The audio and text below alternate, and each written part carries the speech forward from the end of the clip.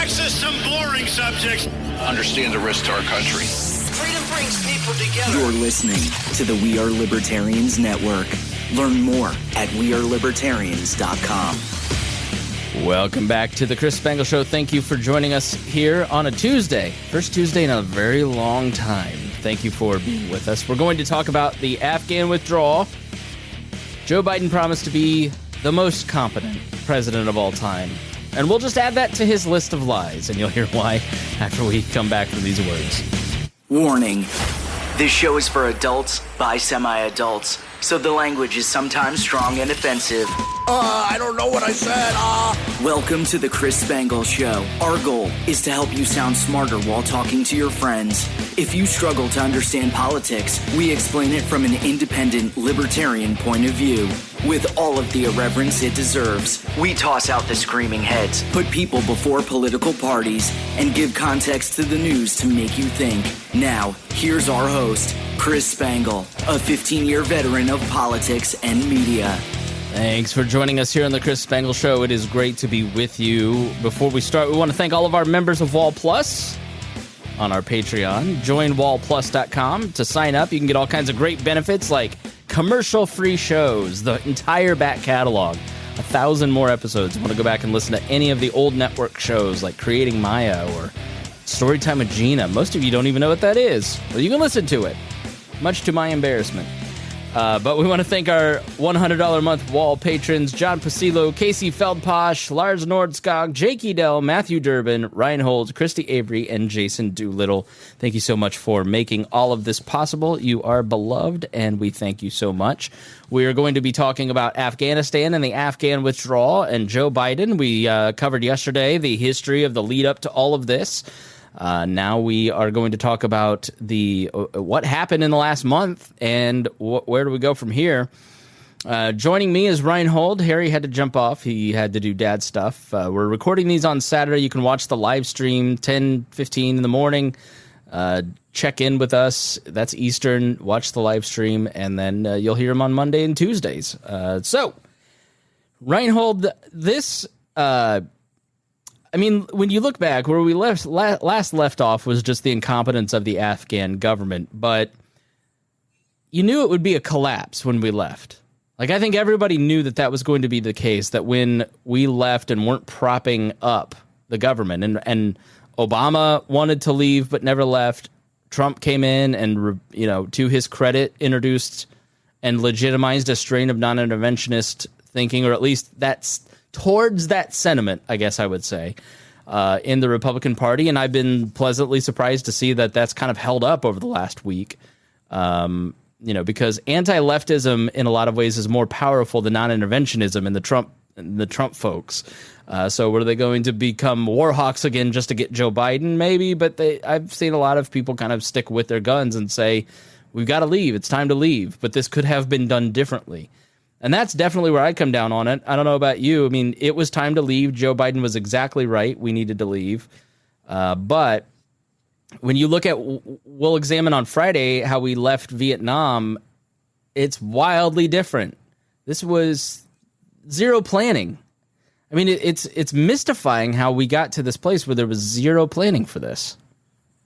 Well, I don't know if there was zero planning. I think we're going to find that information out later. Because I don't think we knew that about Vietnam at the time, right? So it probably took several years to get all the information and find out what really went on behind the scenes.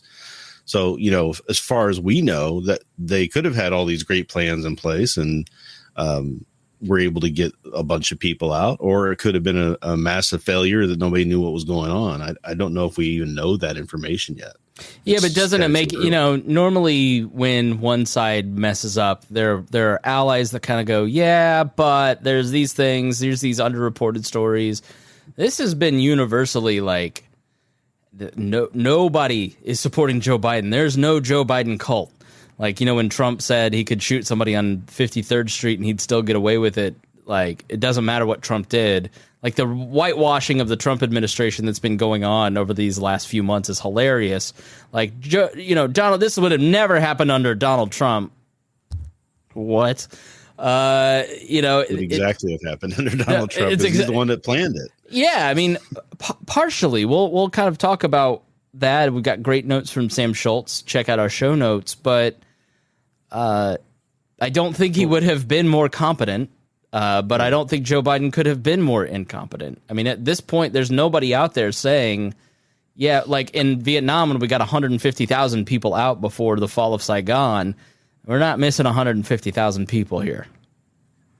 No, and I think a lot of people are more concerned too, because we did get a lot of the people we wanted to get out. I mean, we got our people out and that sort of thing. And in Vietnam, we were able to, I think we got out a certain number, and then including the people who got out on their own was around 150,000, right? So I don't know what the numbers are for this pullout. I don't think we have that yet, but as far as it being time to get out, I think it was time to get out 15 years ago. Yeah. Or 17 years ago, right? So because of the fact that we never really had full control of Afghanistan, Taliban always existed, you know, it was inevitable that we were going to have this problem when we left. We should have looked at history and seen the last time we tried to pull out of this situation and saw what the result was. And everybody knows the pull-out method is not that effective. No, the reality is that not 100%. Right. So there's a fundamental moment that I didn't mention yesterday where there's a choice that the Bush administration faces early on, where they can stay in Tora Bora, dig in, and get bin Laden because he's in a cave, or they can go to Kabul to take over the country and topple the Taliban. And they chose to topple the Taliban instead of our mission, which was destroy Al-Qaeda and bring bin Laden to justice. They decided to go for nation building instead. I mean, this was from that choice, from that moment on, it was the fruit of the poisonous tree. That this was always going to end in the Taliban retaking the country, because we, you know, in the movie The Outpost, they talk about death breeds death. The more war that happens in Afghanistan, the more children that get killed, the more people that, the more collateral damage, in the cold way to put it, there is, the more you recruit for the other side. And so it's just been a strengthening of the Taliban from the entire, you know, for the last 18 years at least. It was always going to end this way. So to have it topple in a week, like if your capital, like, it says something how poorly the last 20 years went, and the $800 billion we spent on this war, and the 6,000 American soldiers, and the tens of thousands of Afghan lives that have been lost in this, that you can take a capital in a week by driving up and knocking on the door like it's a DoorDash delivery.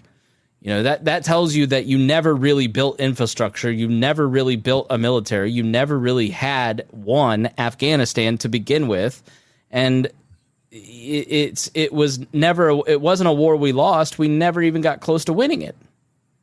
Right. So the problem with war is that you can take and hold land if you have the military power and you stay there and you just keep policing it.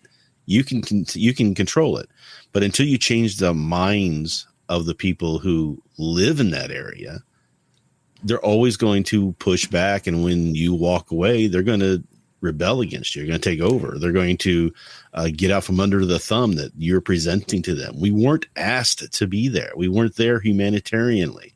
We weren't there to help these people. We went there and we destroyed their lives, and we targeted innocents for years with drone strikes and everything else. There's stories about how many innocent people were killed from drone strikes and from bombings that we would even admit happened. By the way, we only know that because of WikiLeaks and Julian Assange, and all of the whistleblowers should be pardoned immediately.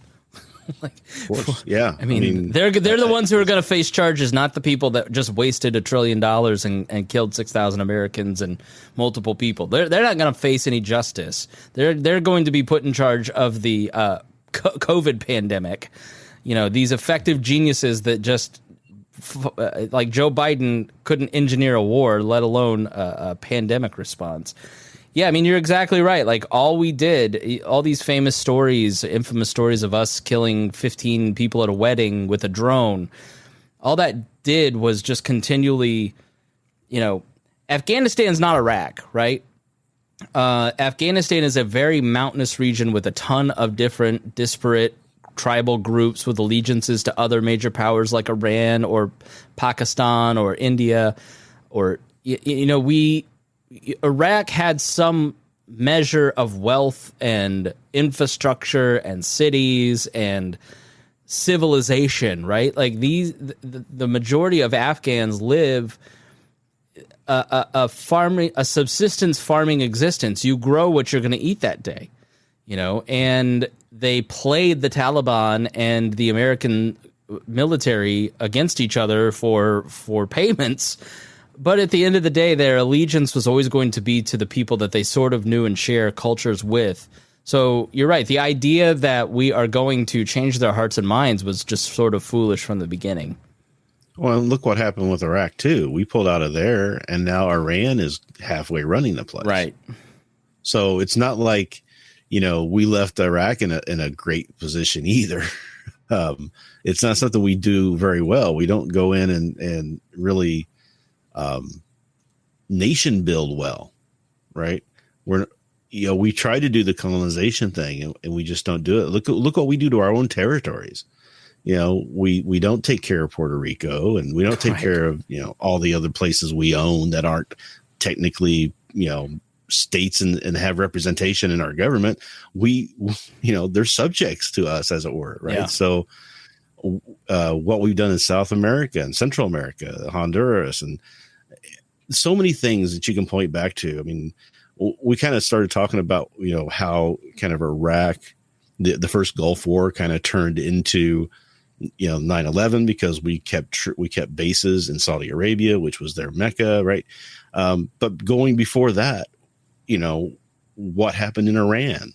And that happened because of what we did because of oil in the 50s, and which happened because of, you just keep going back further and further. And it's just like somebody has to one day just say, stop it. Right.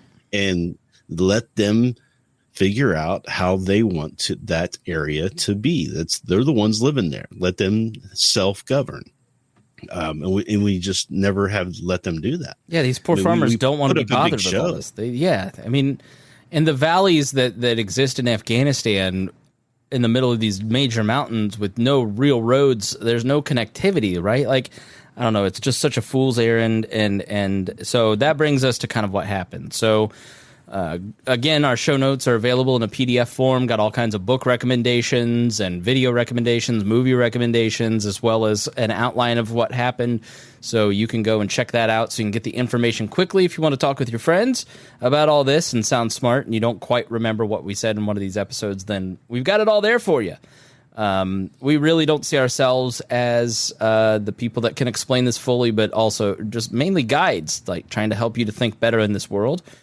So on August 15th, the Taliban captured the Afghan capital, which is Kabul, and declared the Afghan war over.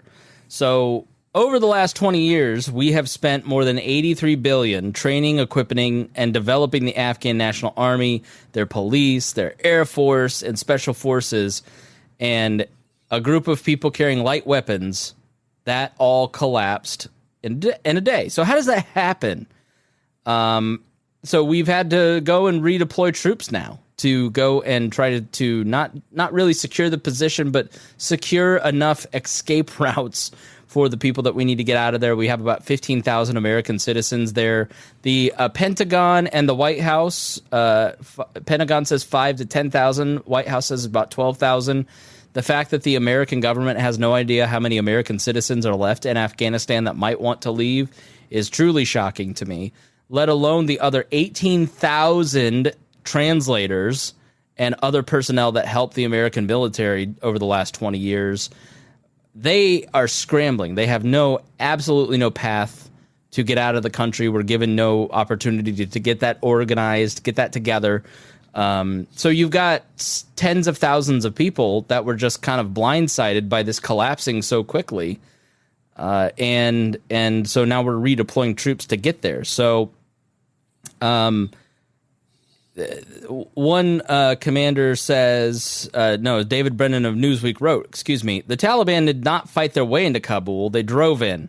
They were commuters in American cities who found it harder driving to work the next day. The American flight from Kabul will be a stain on President Joe Biden's legacy and stand as a monument to American foreign policy hubris. After 2 decades, trillions of dollars, and hundreds of thousands of deaths, the Taliban are back in charge.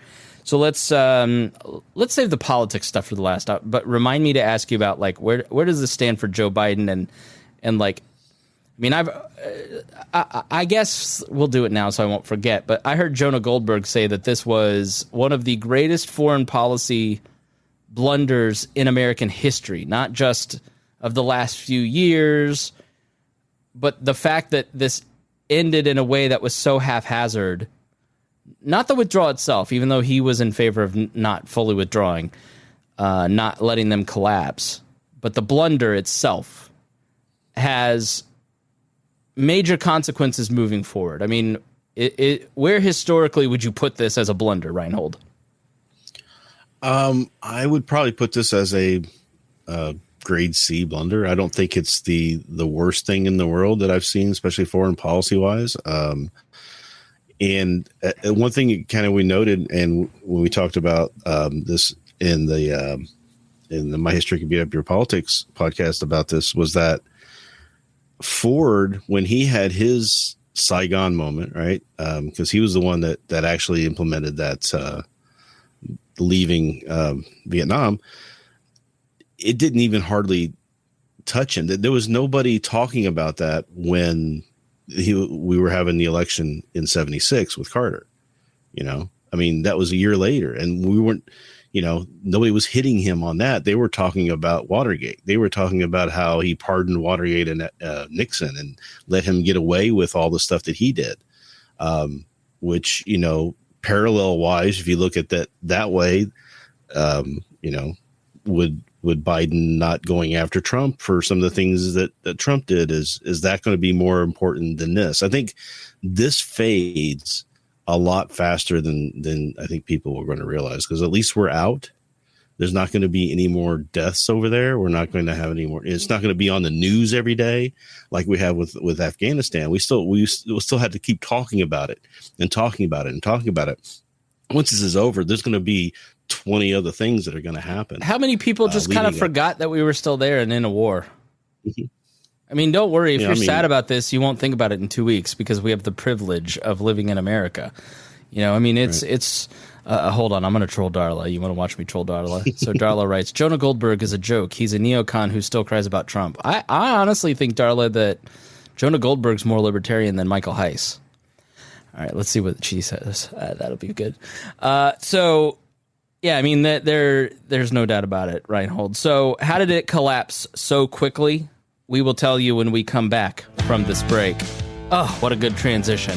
Stay tuned for more like it.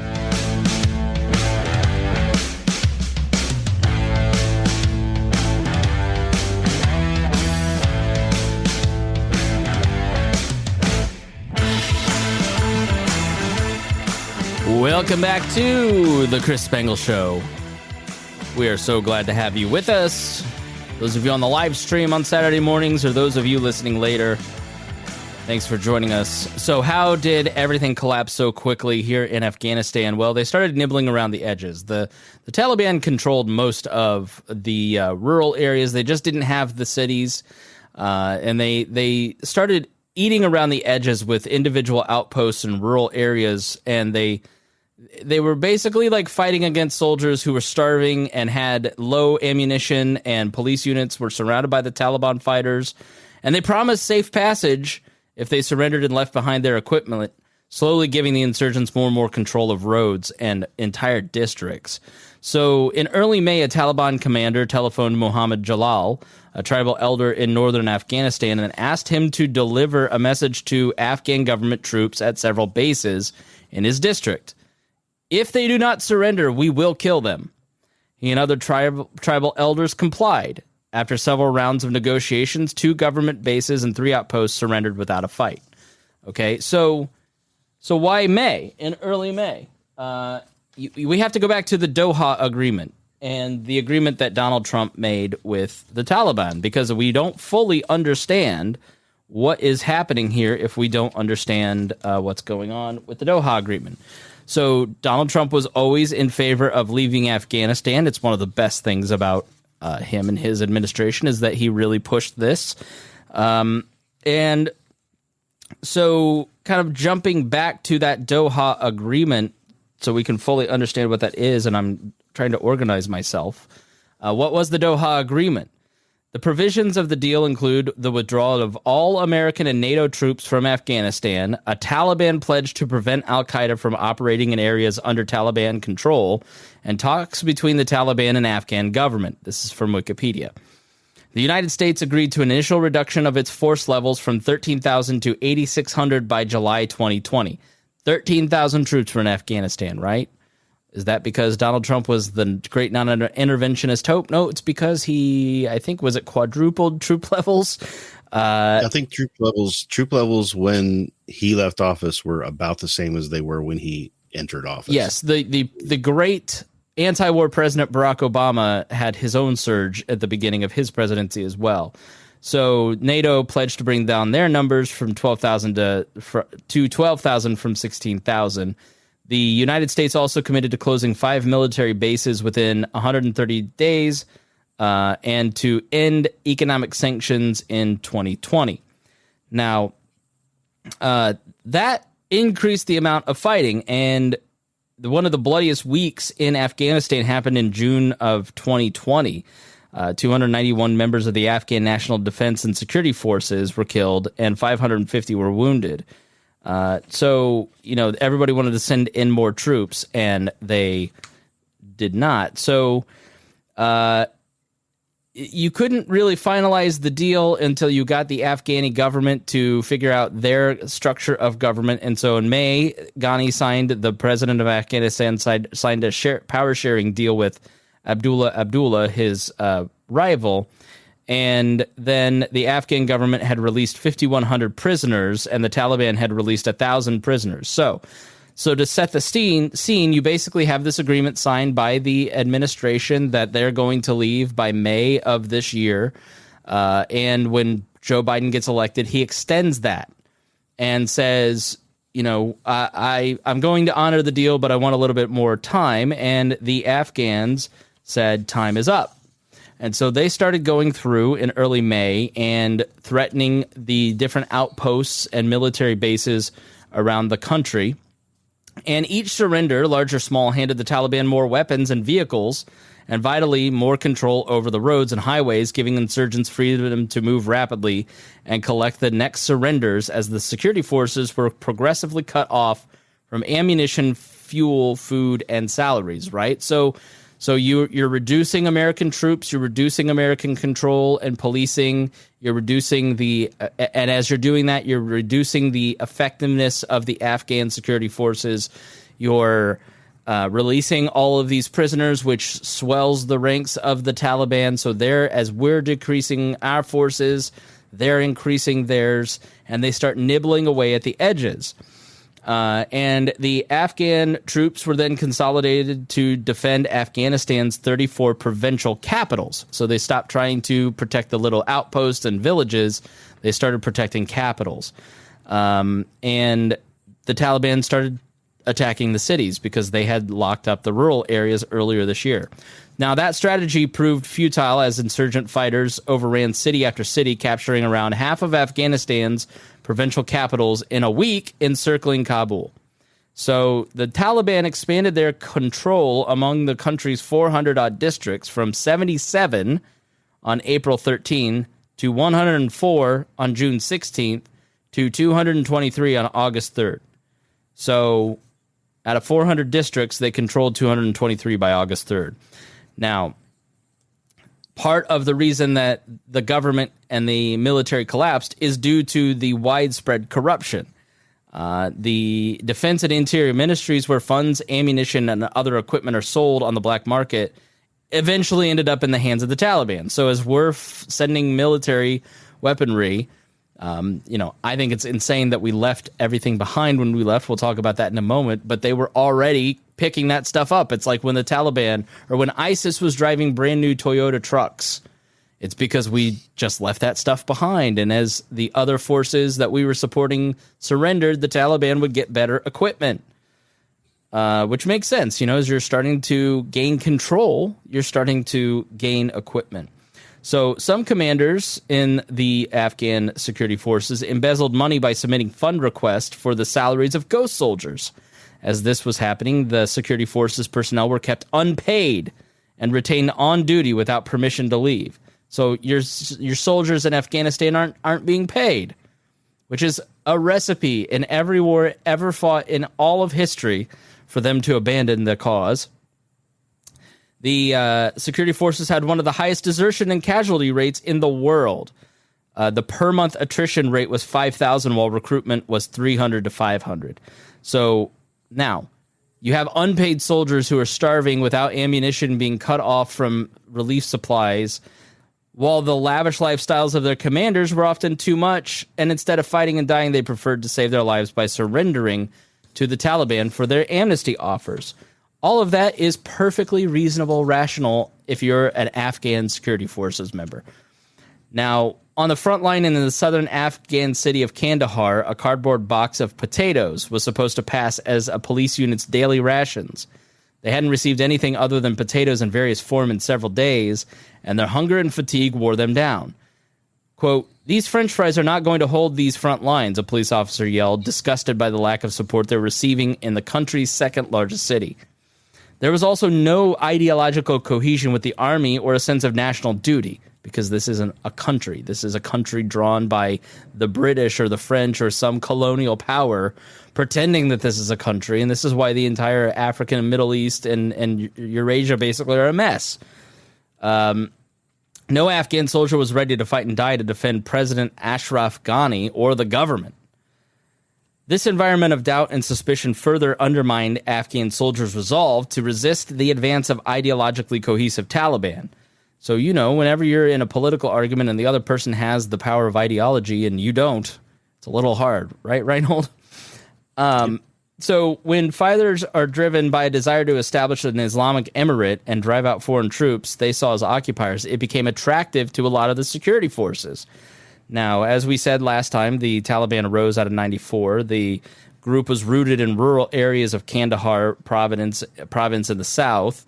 Now going back to the Doha Agreement, in February, Donald Trump signed in February 2020. He signed a deal with the Taliban that promised to pull all the troops out of the country by May 1st of this year. Roughly 2,500 troops had remained in Afghanistan when Biden took office. And this is one of the problems with what Darla would call the deep state, or just the military-industrial complex, which is not a conspiracy theory. It was in the look at the exit address, the farewell address by Dwight D. Eisenhower, as he talked about warning people. We've built all these companies and all these armaments and all of these mechanisms for war, for World War II. You have to get rid of this, because if you don't, we will be in forever wars to feed these people and keep these industries alive. No president, no lawmaker is going to want to shrink an industry that employs hundreds of thousands of people, and the industry is killing people. If you look at the radio stations in Washington, D.C., they're largely funded by Northrop Grumman. The think tanks that push all of this ideology are funded by Raytheon. They're funded by these companies that sell weaponry, that sell armaments, that sell parts for tanks. They advertise on the local TV stations. You have to remember that there is an economic gain for continuing these wars, and those contractors, in Afghanistan, they didn't, during Afghanistan and Iraq under Bush, they didn't want to increase troop levels because it looked bad, so they hired private contractors. And so Eric Prince became a paramilitary organization with his organization, for instance. And so you're building all of this infrastructure that needs to be fed, that needs dollars. And I heard one soldier, it was... The Political Orphanage is a great podcast by a libertarian-leaning comedian named Andrew Heaton, and he had a soldier on who was a researcher for Glenn Beck, and he was just basically saying, like, when I was there and a soldier in Afghanistan, you cannot comprehend the amount of waste that went into this. You watch a movie like The Outpost and you see a brand new $200,000 Caterpillar, what are the front loading shovel? That's in every one of these dozens of outposts around the country, right? Like, the amount of money that goes into war is incredibly attractive to politicians who want jobs in their district. And so, it was a great thing that Donald Trump wanted to get us out and had the balls to say to all of these people, we're doing it. Didn't take, and said, we're leaving, and started to withdraw. But it pissed off the military. It pissed off those contractors. It pissed off the people who rule Washington with those dollars. And they ignored him in a lot of ways. The people who were profiting from the forever war and the people who were earning those bonuses that Harry talked about in Friday's show didn't want to follow through on this. And so the plans were not top tier planning, right? Like in Vietnam. And this is a lot of what we talked about, right, Rhinehold? Like, the erosion of norms are not good, right? When Mike Pence calls on January 6th the National Guard to come save them and has no political or governmental or legal or judicial authority to do so, right? He's just a citizen at that point, basically, and undermining the president of the United States. Those norms that get broken don't get put back in place, And so one of the consequences of the Donald Trump administration, whether it's good or bad, is that the military started to ignore the commander in chief. That doesn't end well. I think the military has been ignoring the commander in chief for a long time before Trump, but it became much more apparent, and it wasn't as obvious then. They weren't so blatant about it at the time, right? So, I mean, what do? You have to get people to understand why this is an issue. You have to get people to stop wanting to inflict our will on other countries and other people. We have enough problems trying to convince people to not want to inflict their will on their neighbors. Yeah. Let alone some foreign country where it's easier to just say, oh, those people are different. Their culture is different. They don't think like we do, and then you start getting into groupthink and us versus them and all kinds of thought processes that smart politicians will use to manipulate you through emotions in order to keep gaining political power over you. And this is the inevitable result of that, and people can complain about it, but we are the ones who help make this happen because we keep putting up with it for so many decades. Yeah. Darla says, oh no, not the norms, anything but that. The norm that the civilians have control of their military is a really good norm you want to keep. And if you don't agree with me, you don't understand history. Like that doesn't end well when the military and the civilian government, that connection gets broken. And that's on the military for not obeying the president, even if the president was as erratic and wild as Donald Trump. Like, it doesn't matter. He was president. You've got to do what he says. So when Joe Biden comes in, that continues. They don't plan for an exit. They just sort of hope that they can talk him out of it because he's not Trump. And Joe Biden, to his credit, is very resolute. And it's a very good thing that he's resolute about leaving Afghanistan. And when the president gives the military the order to exit Afghanistan, they should have plans like we had in Vietnam as we exited that. So I just before you go on, I will give credit to both Trump and Biden for two different things. Biden, I give credit for at least sticking to his guns and saying, we are leaving. We're not doing this anymore. This is wrong. We are going to leave. Now, what he didn't do, in my opinion, was make sure that we had a good strategy and exit plan to get out, right? The problem there is that he has been so involved in government and the military and Council of Foreign Relations and all that stuff. he should have been able to identify if they had a good plan or not. Yeah. Trump, I'll give him credit for the fact that he was, new to that environment. So he was easily more snowed, right? So the generals would tell him all kinds of things and he would go, okay, that's fine. Because he's easier to convince. Who's the Jim Mattis? He quit over Afghanistan. Like, remember that. Like, he didn't want to follow through on the withdrawal, and he said, I think this is going to be a disaster, and I'm not going to be a part of it, so I quit. So he quit as defense secretary over Afghanistan because he wouldn't preside over it. Okay, good. See ya.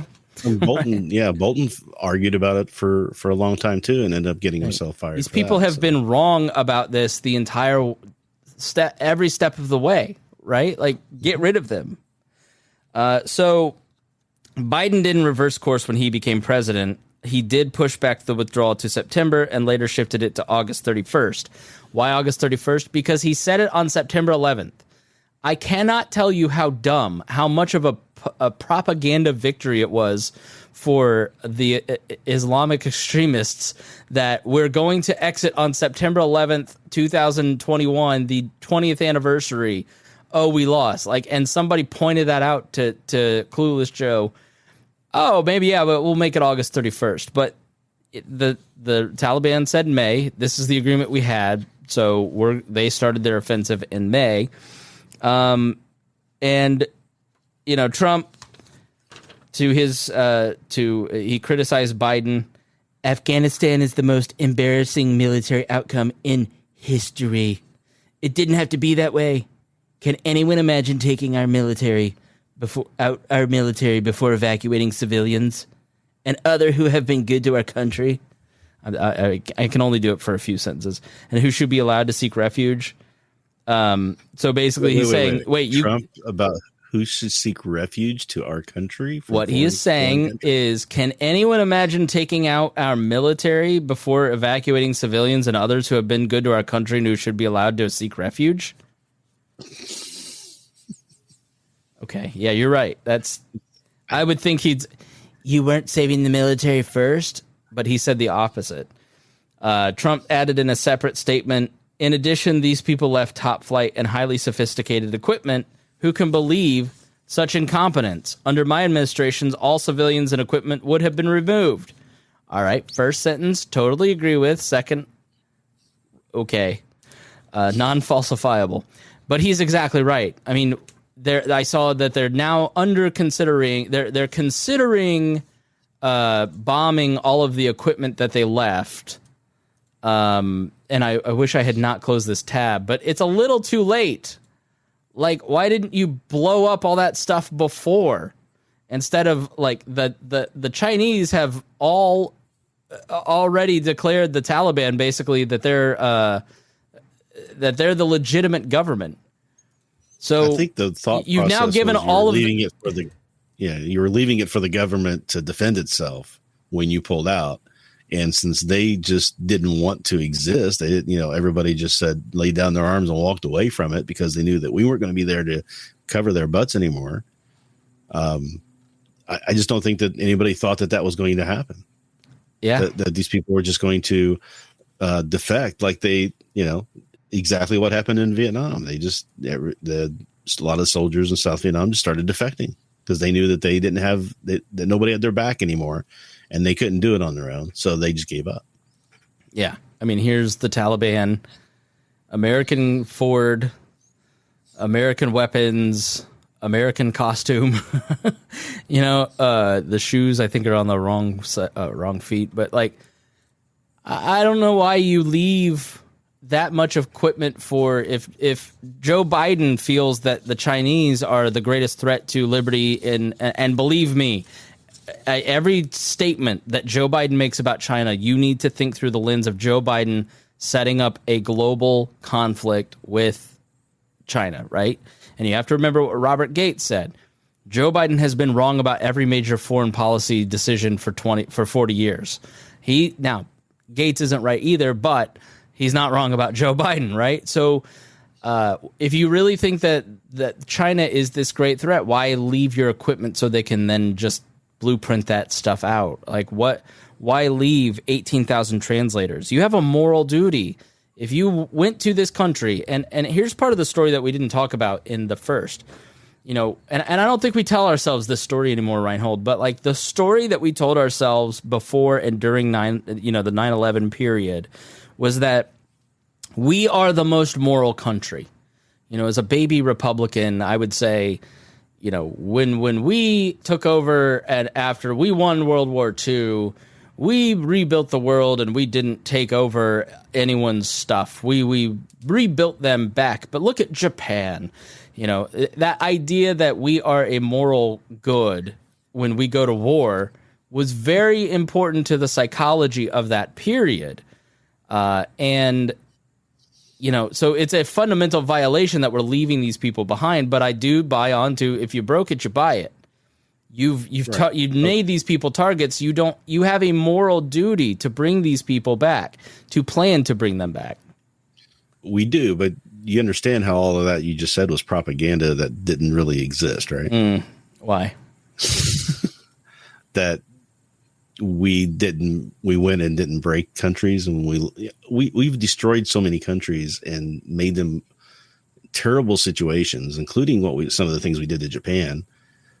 We didn't let them have a military for 40 years, or something like that. It's something more. They wanted us out for so long. I mean, I've talked to people who live in Japan, and they tell me, that it's what we get told about certain things is just not the reality on the ground. In what way? And just in the way that, let me explain. We're getting when we get our news, we're getting U.S. centric, make the United States look not horrible. I mean, there are some journalists who will go and try to find the bad things that we do, but they don't focus on the really repugnant things that we do. Right. Take a look at what we did. Like I said, banana republics from the Honduras and all the way through for the last 150 years, we have done the exact opposite of what we were supposed to do in this country. And we engaged in foreign entanglements and tried to nation build. That was one of the things when Bush was elected in 2000, he ran on the notion that we were not going to do any nation building. Right. And if 9/11 doesn't happen, maybe he follows through on that. Now they hate us for our freedom. 9/11. What's that? They hate us for our freedom. No, they hate us because we destroy their countries. And we really need to do some episodes on the propaganda from that era, because it's truly amazing that this villager in the middle of the mountains of Afghanistan who thinks that the American troops that just showed up are Russians because he hasn't heard that 20 years before the Russians had left, that they hate us for our freedom, so we need to bomb them. And it just... They don't know who we are. They didn't hate us for our freedoms. They hated us because of our policies. And I think it was Scott Horton. I was watching somebody, but as I was prepping for the show, and they were basically saying, there's trade-offs to everything. And I think this is the thing that people need to think about. There's trade-offs to every policy decision. There's trade-offs to every action, right? Joe Biden had a choice, and he says this in his speech. I had a choice to... they had left me with a choice. There was bare bones, 2,500 people, barely enough to support the country. I could leave or I could do a surge, and I chose to leave, and that's why this fell apart. Now, the buck stops with me, and then he went on to blame the Afghan people. He blamed Trump. He blamed everybody but him, but the buck stops with him. It was truly a masterful... I saw, hardcore libertarian, non-interventionist, that was a good speech, and there were aspects of it that were good. It was so good, it almost made me forget that he had decided to leave tens of thousands of people to be slaughtered by the Taliban because of his incompetence. But everything's a trade-off, right? So you can stay in Afghanistan and prop that up, or you can leave. There's going to be a choice to make, right? I forget what the point that I was going to make, but you can lock everybody in their house, but there's trade-offs. Suicides are going to spike. Jobs are going to be lost. Businesses are going to close. And then if that doesn't work, then the government generally says, let's do that even harder, because we just didn't go far enough, right? Afghanistan, the military, these are all trade-offs. So you may be able to go and start a war in Iraq, so they fight them over over there instead of fighting them here. But the reality is the policy didn't work. Look at San Bernardino's. Look at the Orlando shooting. Look at the Tsarnaev brothers in Boston. These are terrorist attacks. The Tsarnaev brothers said that their motivation was the Afghan war, right? So at a certain point, the policies that were enacted didn't work. It backfired. It made things worse. So the problem with the American government, the problem with most governments, is that they never look at this and go, yeah, maybe we should change course and do the opposite of what we used to think. They double down and they do more of it. And so I will give Joe Biden credit that who was in support of the invasion of Afghanistan, saying we made a mistake, let's get out of this. He deserves credit for that. But I just think that the way that this happened was just ridiculous. It was. And I don't think, I mean, you remember Rumsfeld, that was his whole reason why he didn't want to get out of Iraq for almost, 8 years, was because he didn't want to, have it look bad when we left and things collapsed behind us, right? He wanted to leave a stronger country in our wake, but that's just never happens. It's just not how it works, because you can't, until you change the minds of the people, like I said before, until you change the thought processes and the minds of the people. As soon as you leave and you're not controlling them anymore, they're not going to defend themselves or like you, because they're going to look for someone else to help to protect them and defend them. Right. They don't want to be left to the wolves. We made them dependent on us. And so they never grew strong. And this is the problem with government. It makes you dependent on them. And then when that fails, you are left holding the bag, not them. Which major political figure in the last 30 years has gone to jail for their bad decisions in the 2008 financial crisis, and the January 6th insurrections, and the wars in Afghanistan and Iraq? Like, where are the consequences for people that work in government? There aren't any. You can go and do in government whatever you want it to do, and you walk away with a fat book contract and a speaking gig at a think tank, that pays you $200,000. Hillary Clinton doesn't get, put in jail for things like Libya. She gets a book contract out of it. And that's the problem with growing the size and the scope of government in general, is that it's never truly held accountable. You are left holding the bag. You must resist any sort of dependence on the state in any way. And the way to a free society is through working with other people. It's self-aspirate, right? Like self-actualization and self-government. You wake up every day. You think about what you want to do and what you're passionate about, and you build work that is meaningful, like we talked about last week. And then you work with other people on work that they find meaningful. And so when we go into these other countries and we start telling the Taliban or the Afghans, like, we're going to build you a school and you need to send your kids to do this or that, and they're not in a position where they can do that because they're subsistence farmers trying to grow the food they're going to eat that day, it doesn't work. And so the school gets abandoned. There's so many stories out of Afghanistan in this war where, we waste, and the overages are unbelievable on building something like a school in Afghanistan. The Afghan officials, the American officials, they all take a picture in front of the school. We leave, and then 2 months later, it's abandoned. Nobody's using it. Just like hundreds and thousands of places in the United States too. Right. It just doesn't work, right? Instead of saying, like, we're going to trade with you on things that you actually want and use economics and trading and capitalism to get you to where you want to be, we come in with guns and say, here's your new school, take this money or else. Well, that's what we did with Russia, So Russia, we kind of bankrupted, but for the most part, a lot of what led to that being a possibility was the decades of trying to commercial into them, right? Getting the McDonald's in there. They wanted the blue jeans. They wanted some of the American culture, because they saw in Berlin, West Berlin and East Berlin, the East Berliners would see that. That's why they put the Berlin Wall up, because they didn't want the East Berlin people to see the experience that the West Berliners were having. Because those ideas permeate and they can help bring people out of those types of environments, but you can't force it on them, right?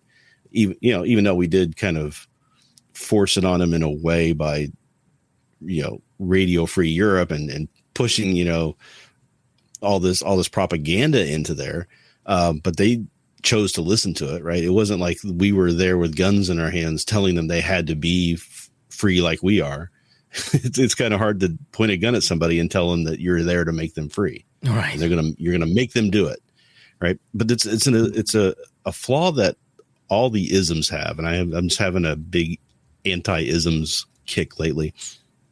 Is that they just they don't accept human nature, and human nature isn't I want to be free. It's I want to be safe and live my life. Right. I want to be free, but within the confines of being protected. If you take most Americans and you drop them into Afghanistan and make them live there, they will.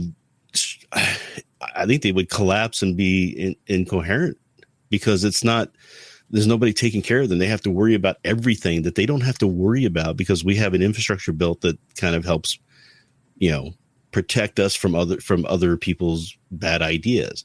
There are going to be bad actors. You have to have some protections up. So it's not understanding that, how people think and how they want to live and what their human nature is. It's a Pollyannic view that once we do this will happen. And it never works out that way. Darla says, it's brave of Rhinehold to wear a shower curtain for the entire internet to see. Oh, Darla. That was a good one. At least I'm wearing something. Yeah, Darla's probably... I don't know if Darla is a man or if... Writes as a man, has a female's name, but I guarantee they're in their mom's basement. No, we always appreciate Darla as the voice of the opposition in the comments. But... Yes. All right. Final thoughts for this. Let's wrap this up. It's moving day for my fiance, so I'm getting furious texts that I said latest I'll be is 1. She knows better. So go ahead, Rhinehold. Final thoughts about Afghanistan. Final thoughts Afghanistan. I am just glad we're out. I don't want us to go back. If it's equipment that we're worried about, that stuff can be easily bought on the black market anyway. We're not saving anything. Just blow it up. Bomb it. Rid of it. Even if we blow it up, we're not really, who cares at that point? It's not like we're leaving them equipment, nuclear bombs or anything. Just let it go and finally put it in our past so we can look forward to a future where we're not killing people daily.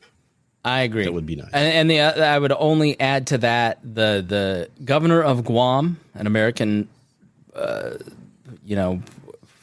I don't know what we call it. A state that doesn't get any rights has basically said, take out anybody that wants to come. Bring them to Guam. We will host them. We will care for them. We want them here until you can process everybody and figure out what to do with them. Take them up on the offer. Get people out who want to get out. Avoid a refugee crisis of 1.2 million people has been estimated. So, yeah, I love that idea. So, Darla says, I live in Savannah, Georgia, Chris, not in a basement. I love Savannah. It's a beautiful town. All right, everybody. Thank you so much for joining us here on the Chris Spangle Show. We appreciate it. Tomorrow is Wednesday, which means it's podcasting day, where I'm teaching you how to start your own podcast or talk about communication and how to really get your message out there. So stay tuned for that tomorrow. Thursday's Liberty Explained, and Friday is History Day. Bruce Carlson from My History Will Beat Up Your Politics podcast is joining us to talk about the Saigon comparisons. It was a great episode. We've already recorded it due to the magic of time shifting. So really enjoyable. So thanks to Bruce for coming on. Thank you, Rhinehold, for being here. And thank you, listeners. If you got value out of this, please share with your friends.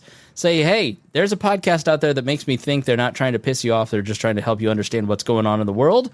And maybe we'll slowly convert them to libertarianism.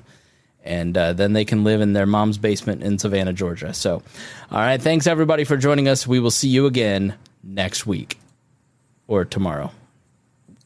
All these changes, I can't get used to it.